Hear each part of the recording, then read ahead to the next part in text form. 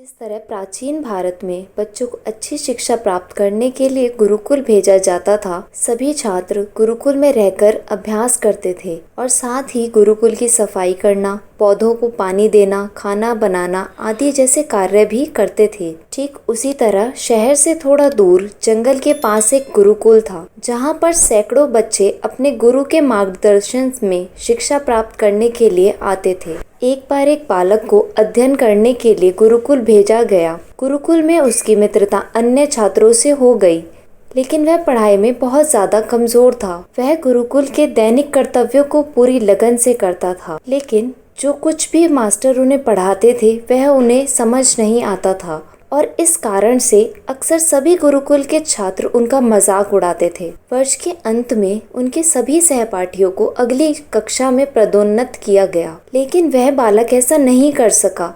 Master ने उसे हर संभव तरीके से पढ़ाने की कोशिश की, लेकिन लड़का फिर भी नहीं समझ पाया। अंततः मास्टर ने हार मान ली और लड़के से कहा, बेटा, तुम्हें सीखने में मदद करने का प्रयास करता हूँ, लेकिन फिर भी आप कुछ समझ नहीं पा रहे हैं। शायद शिक्षा आपके भाग्य में ही नहीं है, इसलिए बेहतर होगा कि आप घर चले जाएं और अपने परिवार के साथ उनके घरेलू कार्य में उनकी सहायता करें। अपने गुरु की बात सुनकर लड़के ने सोचा कि शायद पढ़ाई उसके बस की बात नहीं है और भारी मन से वह अपने घर के लिए निकल पड़ा।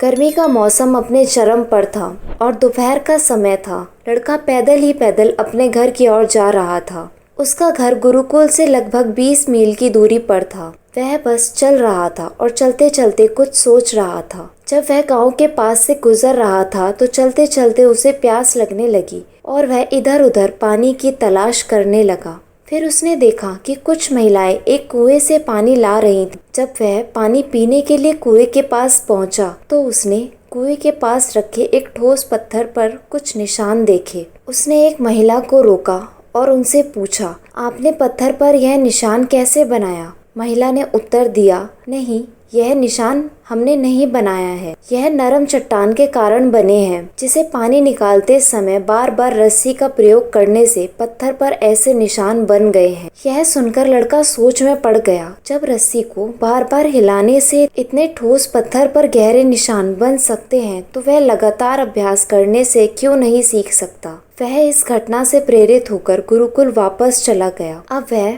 बहुत उत्साह और मेहनत से अध्ययन करने लगा। मास्टर भी उसकी कड़ी मेहनत देखकर बहुत खुश हुए और उन्होंने भी उसका पूरा सहयोग किया। कुछ वर्षों बाद यह लड़का आचार्य के नाम से प्रसिद्ध हो गया। दोस्तों, हमारे जीवन में भी कुछ इसी तरह से होता है। यदि हम किसी कार्य को दृढ़ता पूर्वक से करने का तय कर लेते हैं तो कोई भी कार्य असंभव नहीं है। बस उसके लिए हमें अपने प्रयास को निरंतर जारी रखना चाहिए। हमें उस कार्य में एक न एक दिन जरूर सफलता मिलेगी। यहाँ तक मेरे साथ देने के लिए थैंक यू। दोस्तों, अगर आपको ये वीडियो अच्छी लगी हो तो इसे लाइक, शेयर एंड सब्सक्राइब करना ना भूलें।